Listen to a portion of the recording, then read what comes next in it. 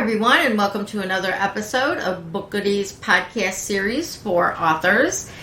I'm Deborah Carney, your host, and I'm joined today by Maryann Reid. Hi, Maryann. How are you? I'm doing great. How are you doing? I'm doing good, too. I like the break from the heat that we finally got here in New York City. Oh, my God. It's been quite the adventure the last week. Now, why don't you introduce yourself and tell us what you do? Absolutely. I am an author published by St. Martin's Press. I have 5 novels published by St. Martin's. And I've also written for Glamour, Newsweek, and a lot of my books have received great publicity from CNN to NPR to the New Yorker magazine to CBS Early Show and many, many more media hits. And because of that, I was always asked about how did I do it, especially for novels, which is pretty difficult to get publicity for them. So I was giving away lots of free advice, but decided to actually turn it into a business that I have called booksandbuzz.com. And there I show writers who struggle with getting attention how to increase their visibility and attract media opportunities and publishers.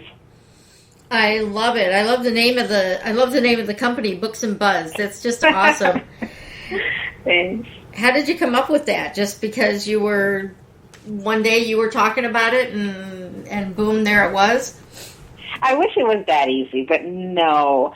And I think it's a great question because no one has ever asked me that before. But I didn't know what to focus my business on. I didn't know if I should focus it on helping people, guiding them through the publishing process and teaching them and training them about publishing and how they can succeed, or start a business coaching authors on getting publicity. So I said, why not just do 2-in-1, Books and Buzz? I like it.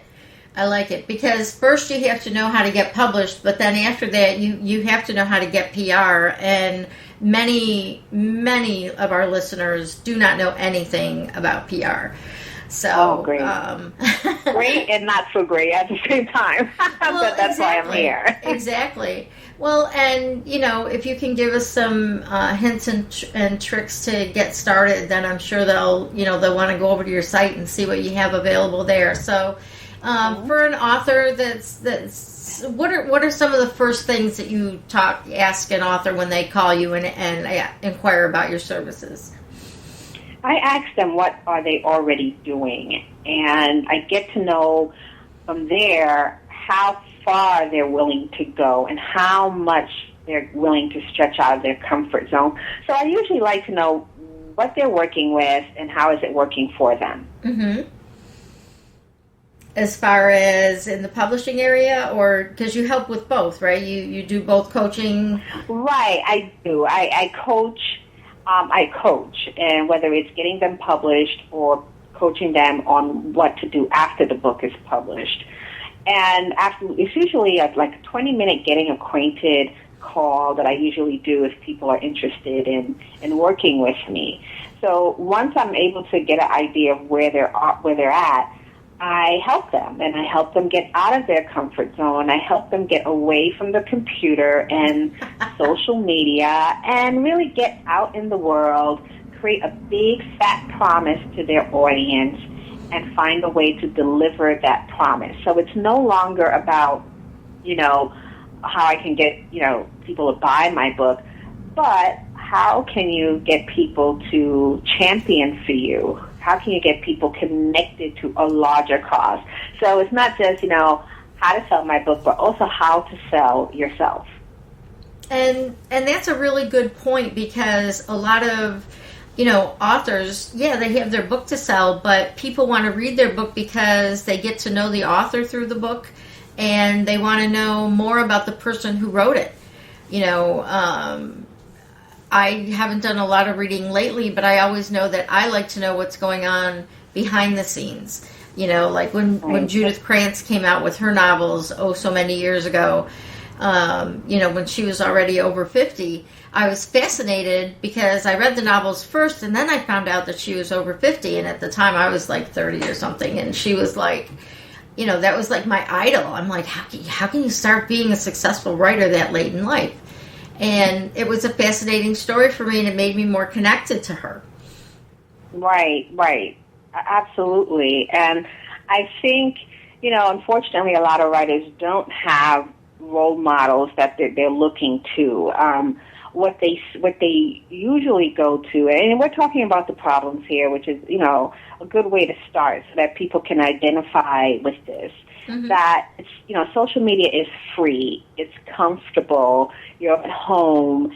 If somebody doesn't click, it's not a major rejection. And if anyone is promoting their book just using social media, then I think they may not be ready to be published because that world is full of rejection. That is true. That's very true. And I've talked to a lot of authors lately that have come up with some very creative ideas and ways to get out into bookstores. And one of the things that we've been talking about a lot is, go to your local independent bookstore. Those ones that are closing because nobody's coming to them anymore. Go there and offer to do a book signing or a reading and see if that's something they're interested in.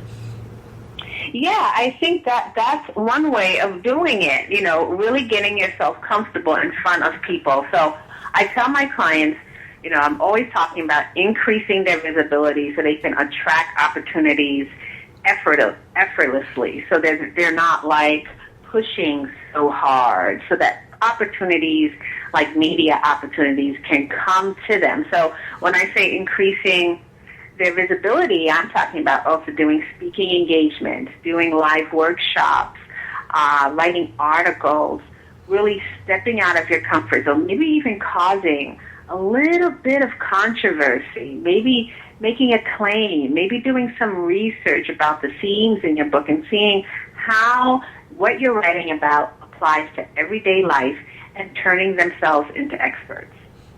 That's really great because even, obviously a lot of nonfiction authors want to be seen as an expert, but a fiction author can do the same thing.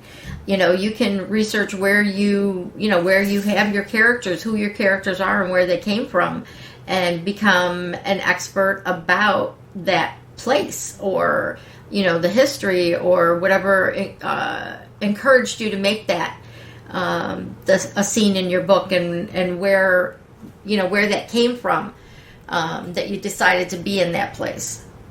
Mm-hmm. Yeah, I agree with that. I mean, I'm a fiction author, and so that's what I think. If you know how to do it in fiction, you can do it in any kind of other genre, whether it's nonfiction or memoir or what have you. And with my fiction books, I was able, with my third book, published by St. Martin's Press, I was able to actually take a fake story and make it a real life event. So I created a promise to my reader. So the story was based about a wedding, about these three sisters getting married by a certain date. And I said, well, why not create a promise to my audience that I can get them married, that I can give them a wedding? And I created a huge media blitz when I offered to do an all-expenses-paid wedding for 10 random couples with kids. Wow. And, and I actually fulfilled the promise, and they got married, and I'm not hearing the end of it. I still get phone calls from the media about it, and I got over 20 million media impressions. So that's I don't insane. think I have to. That's insane. But you also invested, you invested a lot of money into that, but you got... Oh, no, I didn't. Oh, really? I didn't spend a dime. That's what I tell my clients. If your promise is big enough, if you're willing to stretch out of your comfort zone, people will want to support your promise. So I was able to get free wedding dresses, free wedding cakes, free rings, free everything, because of the publicity, and everyone wanted to jump on the bandwagon and go on this love dream journey with me, and I sold tons of books. I suddenly became an expert because one of the social issues I was promoting was how to strengthen two-parent households, because the characters in my book were single moms or whatever. So I wanted to do a wedding where couples lived together but weren't married, and I wanted to offer them a way to strengthen that household through marriage. So that's a big social issue, and then the media kind of swarmed around the out of wedlock issue and marriage, and it just took off. That's awesome, and you are right. And I should have realized as soon as you said it that you probably had sponsorship for everything, because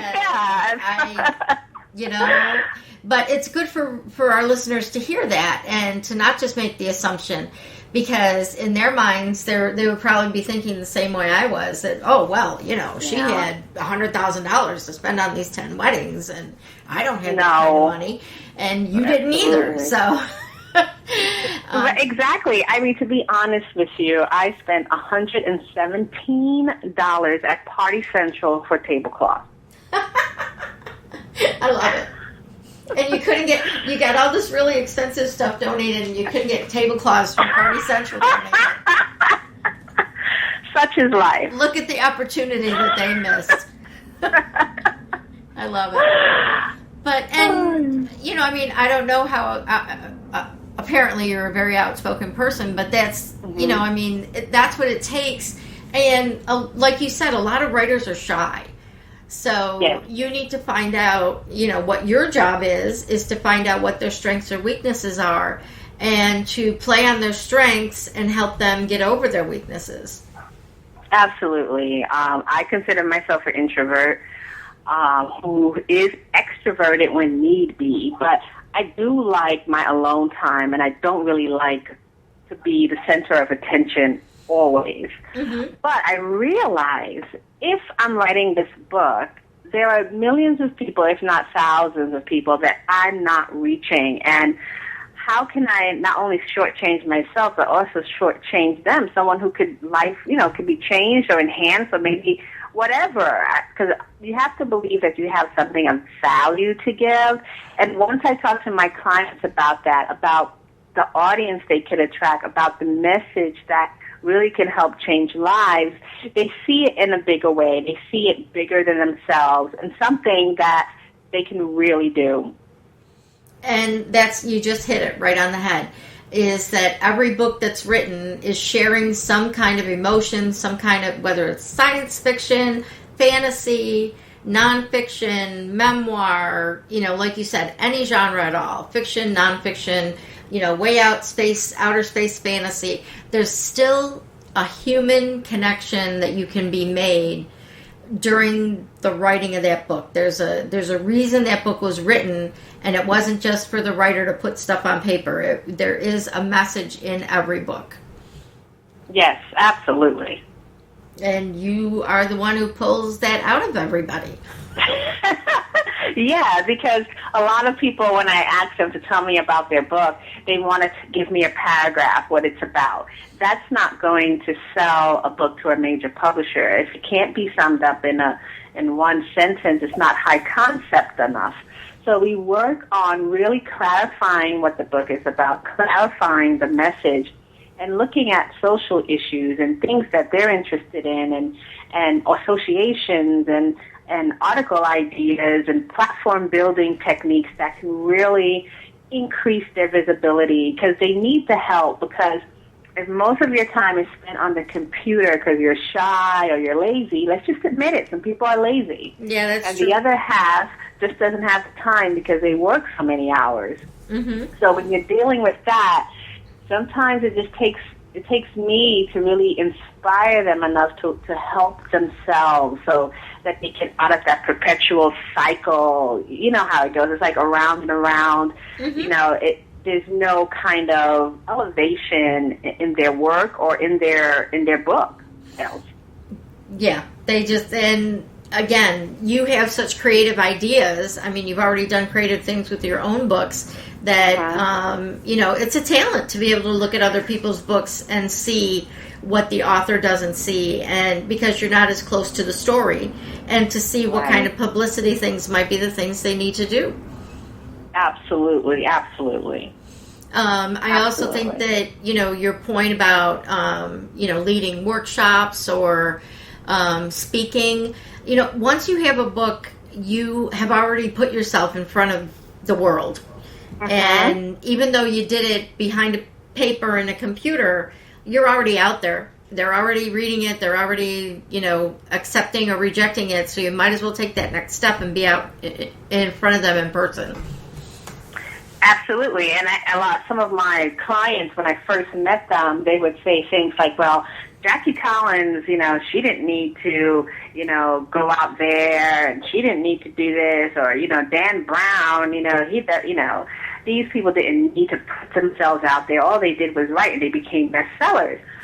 But, J.D. Salinger, those people, and I'm saying, look, the audience expectations, even 10 years later, even 15, 20 years later, is so much different now. Yep. People are expecting more from you, and they want to see you and connect with you. It can be a little monster, too, and you have to be able to control it and become one with it if you really want a book breakthrough. That's really great advice. I like the little monster. Control the little monster that's either keeping you at home or, whatever your fear is. Just control it and overcome it. And go one step at a time. I'm sure you don't, come out and tell people, oh, okay, so this is what I want you to do. I lined up 5 speaking engagements, 3 writers' workshops, and I want you to go across the country to do a book signing. That's not how it goes. No, that's not how it goes. And, I also have people who come to me as clients who haven't written a book yet. And I have a program called Sell It Before You Write It. And I actually teach people how to sell their book to their audience and potentially to a publisher before a book even exists. So that's really exciting for me.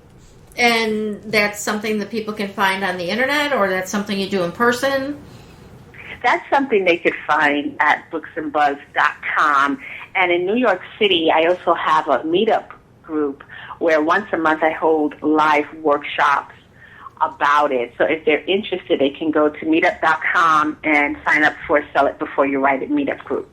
I will be there. What day of the week is it on? It's usually the 3rd Monday of every month. Okay. Or the 2nd Monday, yeah. I am going to go look that up. Oh, great. We just had one about a couple of days, last week. Oh, no, it was this Monday at the Grand Hyatt. Okay. It was fantastic. Yeah, we have a local meetup group for the main industry I'm in, which is internet marketing. And there's a major conference that's here in August and once a year in Las Vegas.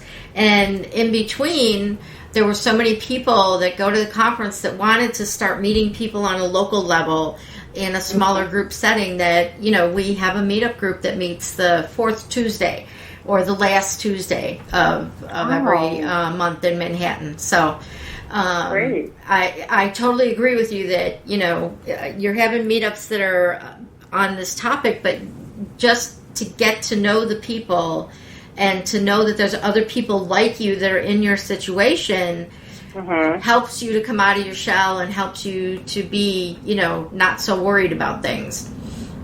Absolutely. And it's me. I also want to be able to do the things that I tell my clients to do. So if I'm telling you that you need to get off the computer, you need to be in front of people, then I have to do that too, because it's very easy for me to be on LinkedIn and get clients from LinkedIn. I do get clients from LinkedIn, but I want to go to another level in my business. So I encourage my clients to do the same for their books.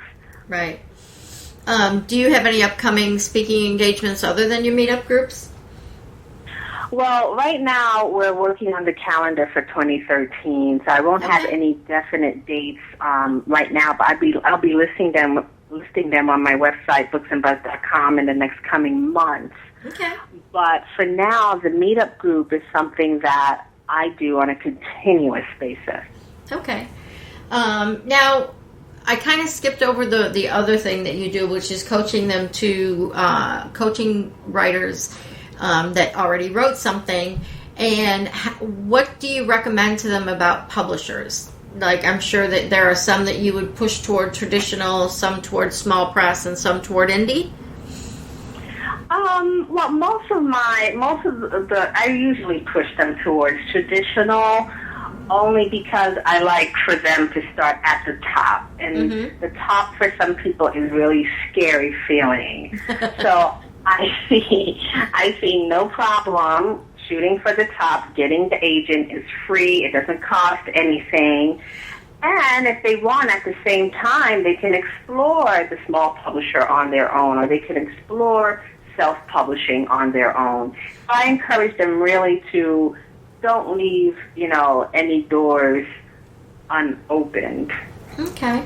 And I know a lot of people that, a lot of authors that I have interviewed in the past few weeks have brought up the fact that going through the traditional publishing process, whether they ended up self-publishing or going with a small press, did help them because they had to do the things like the query letter and, go to the agent and find an agent and have, get the rejection letters, but that not every rejection letter was a standard rejection letter. Some of them were very helpful. Right. I think that's great. And I think once you start the process, you'll see yourself growing. So you could use those rejection letters to fix the next draft of your book. But if you're doing the self-publishing route, you're not going to have the benefit of that expertise and that feedback from publishers. You're just going to go out there and just see if it works. And right. I still get those clients, and I tell them, look, before you even go the self-publishing route, if you're really focused on that route, let's work on a way you can sell your book before you even spend the money. So we work on building their platform, doing the speaking engagements, the article writing, and different ideas that I have for them that's very specific to their book. So I teach them how to romance their audience, making promises and making them feel good, and different techniques that will help them build that fan base so that when they're able to self-publish, they have a whole bunch of people clamoring to buy their book. I like that. And one of the other things in talking to people who have been self-published, another thing is that the ones that are able to do it successfully have a very big support group of people that they know that are professional editors, that are, professional book cover makers, and that are professional fact checkers and, different types of things. And they actually, because of where they are in their life and who they know, they actually have everything that a big publisher would have. And those are the people that are the most successful. Somebody that just takes a book, has a few family friends read it and tosses it up on, Kindle as an ebook, you might be successful. You might be successful, but chances are it's just going to sit there. So, I mean, they don't call it vanity press for nothing. Right. And that's how I like to see it. A lot of people are self-publishing or using, other kind of publishers just because they want to see their book in print. And right. So that wouldn't be my ideal client. Right. Well, and I think that's important for people to know also that if they want to go to the traditional publishing route and they don't have any contacts yet and they don't know any agents, that you're the kind of person that can help them get through that maze. Yes, absolutely. So when they work with me, we come up with a strategy, whether it's a PR action plan, whether it's a marketing plan, any kind of strategy that pertains to their book. So we work exactly where they are, whether it's book strategy and consultation or proposal development. We work on that until they either get an agent or get published. And we usually do that in my 6-month program. So to work with me, most of my clients have to commit to 6 months because that's how long it takes. And many of them re-sign for another 6 months. I like that because, you didn't write your book in a day unless you're somebody who's like really extra, I don't think it's possible to write like a whole novel in one day unless you went, one day you just didn't sleep for a week. Right. And at which case, by the time you got to the end of it, it probably needs some heavy editing anyway. So if you've taken 6 months or a year or 2 years even to write your book, you should understand that it should take you should invest that same amount of time in getting it to press and getting it to press the way it should be gone to press. Absolutely. If you're really interested in increasing your sales, clarifying your message, and stepping out there in a big way, including building personal relationships with the media that help develop your expert status, if you really need the time to do that, because you need to build consistency and persistency to see results.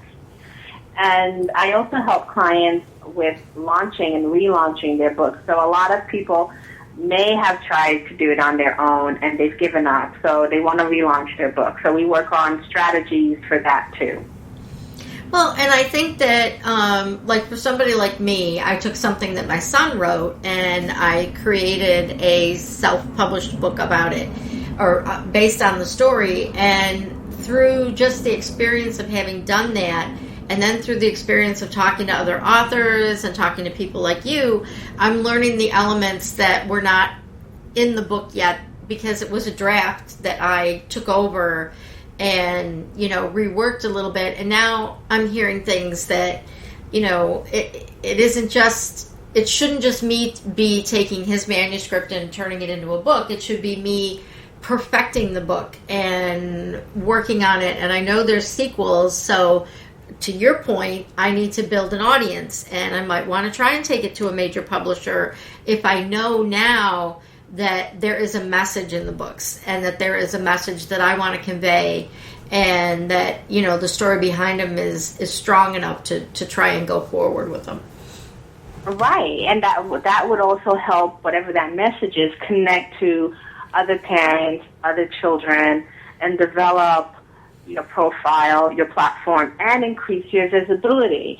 So it's an issue of, it's an issue of saving money and time and everything like that, because when you do it on your own, you tend to spend more time, and you tend to spend more money with all different kinds of resources. Mm-hmm. But I also, to the point of why that's not always, why that happens, because a lot of authors are not congruent with their books. So they spend a lot of money on the books because they think the books need fixing and reworking by other people, while they disconnect themselves from the book. So they may say, oh, well, I'm a mechanic, but my book is about,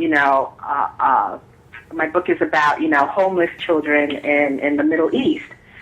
So, but I'm like, okay, where is the congruency? So to really see the success in that book, I tell my clients, you need to find a congruency between you and your book. So it's not two stories anymore. It's just one story. So maybe that client who is writing the book about the homeless children in the Middle East, and they're, I think I said, a mechanic, he needs to find what theme in his life matches the theme in that book, so that he can communicate a larger message to his audience and attract an audience to him. Because people are not going to just want to read a book about homeless people in the Middle East from a mechanic unless they really know why he's, written it. You know what I'm saying? Right. Oh, I hope I'm being totally clear. Yeah, you're being very clear. That's like, it's like me taking over my son's manuscript when I first did. It's a fantasy sci-fi thing, and I don't write fantasy sci-fi. I write creative nonfiction, or I take real life situations and fictionalize them. I don't have those dark places in my mind where I can go to and write the really, gritty stuff. My stuff has a happy ending, and is in a much different place. So if I try, that's why I'm having trouble selling the sci-fi fantasy, because when I first started rewriting it and everything, I wasn't enough invested in it. So that's what you have to convince people of. And someone that just critiqued it for me said, there's not enough emotion in the main character, and that the main character and the antagonist, you care equally about both of them. And I'm like, well, that doesn't work. You got to be rooting for the good guy. Right. And if there's no emotion, then that's, she finally told me that after several people, told me that it was wonderful, publish it, people that I'm not related to, and other writers, they're like, it's great story. But I can also see in their mind that they were probably projecting things that another person wouldn't be projecting because their mind doesn't work that way. That's a very good point. Exactly. See, you can even pull things out of people when you're not in a group. Yeah, and that feels good. Thank you.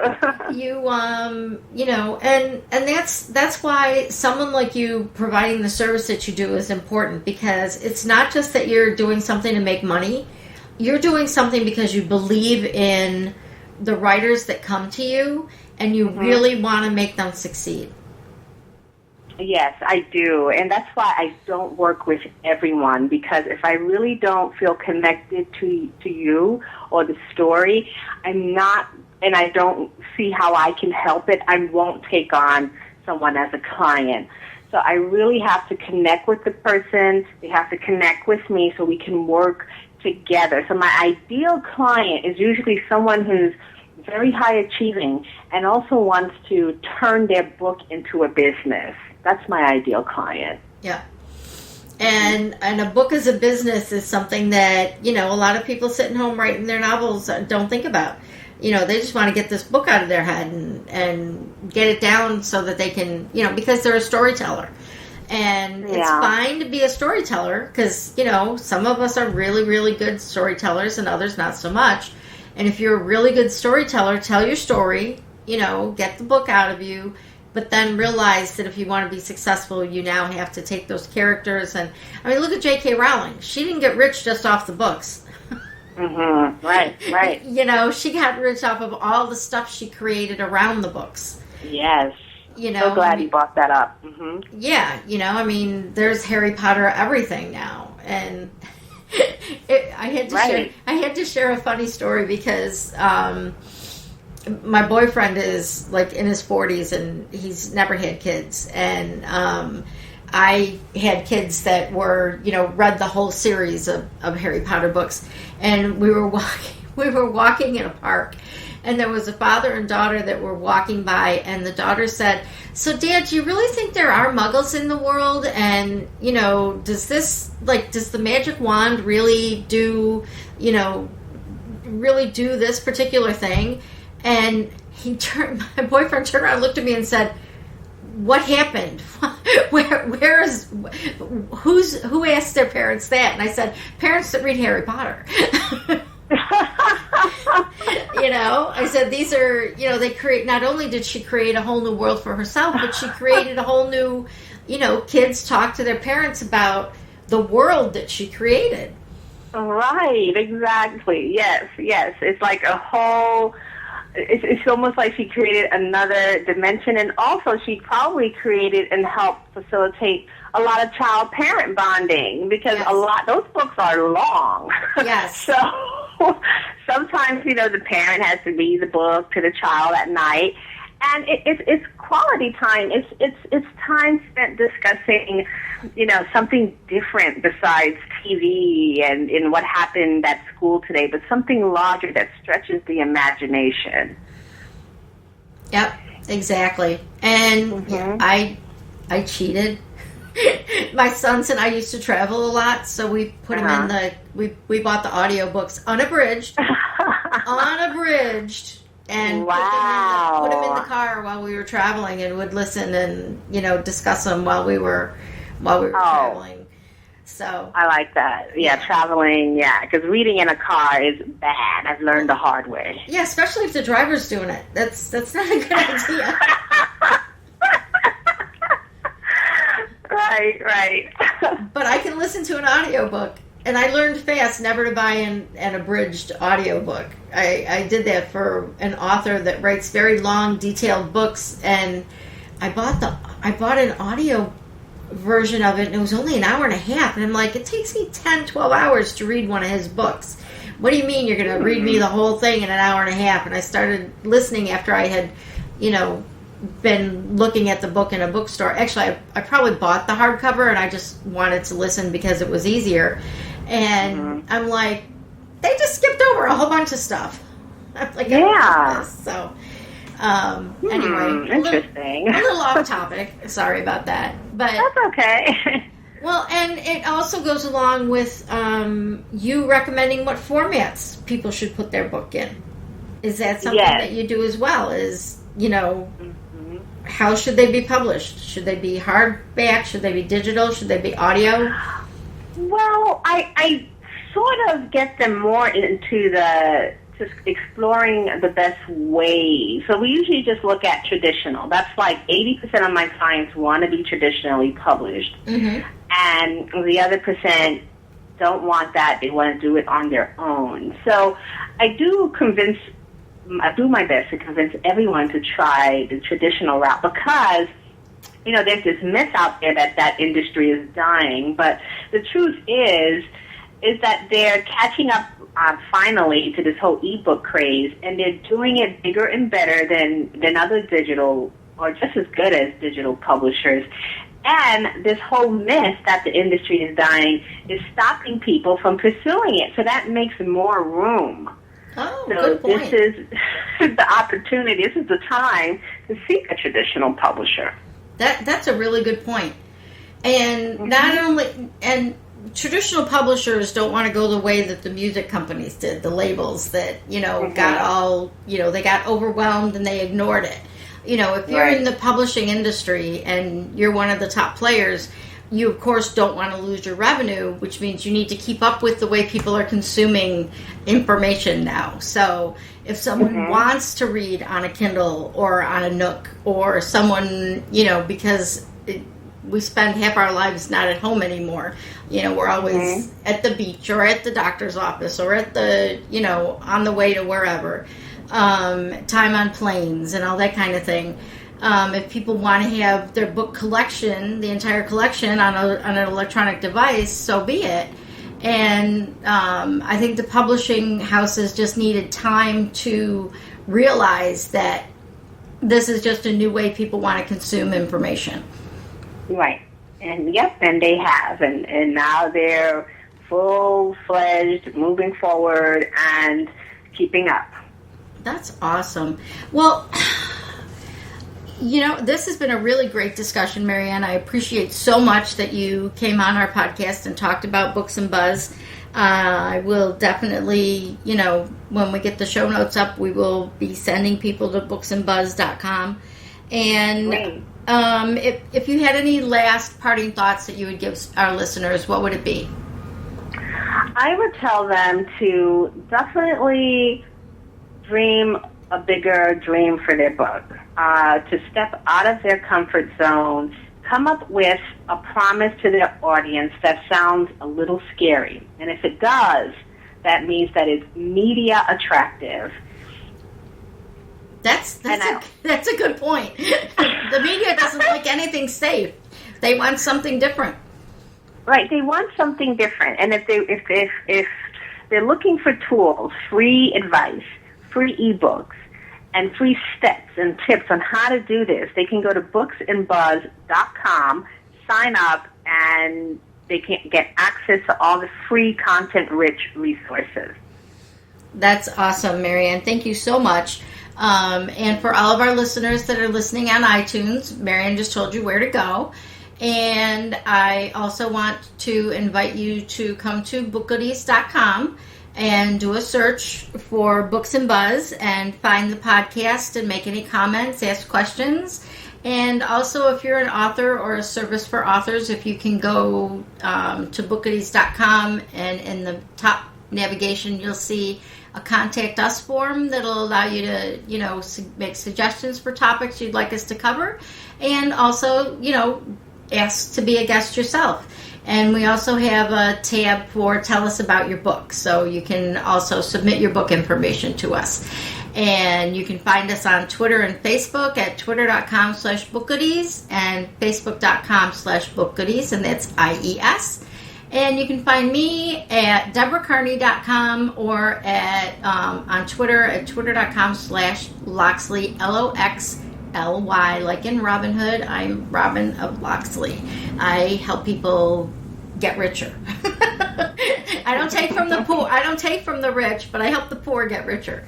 So, once again, thank you for your time. You've shared a lot of really valuable information. I know I'm going to check out your both your website and plan to come to one of your meetups.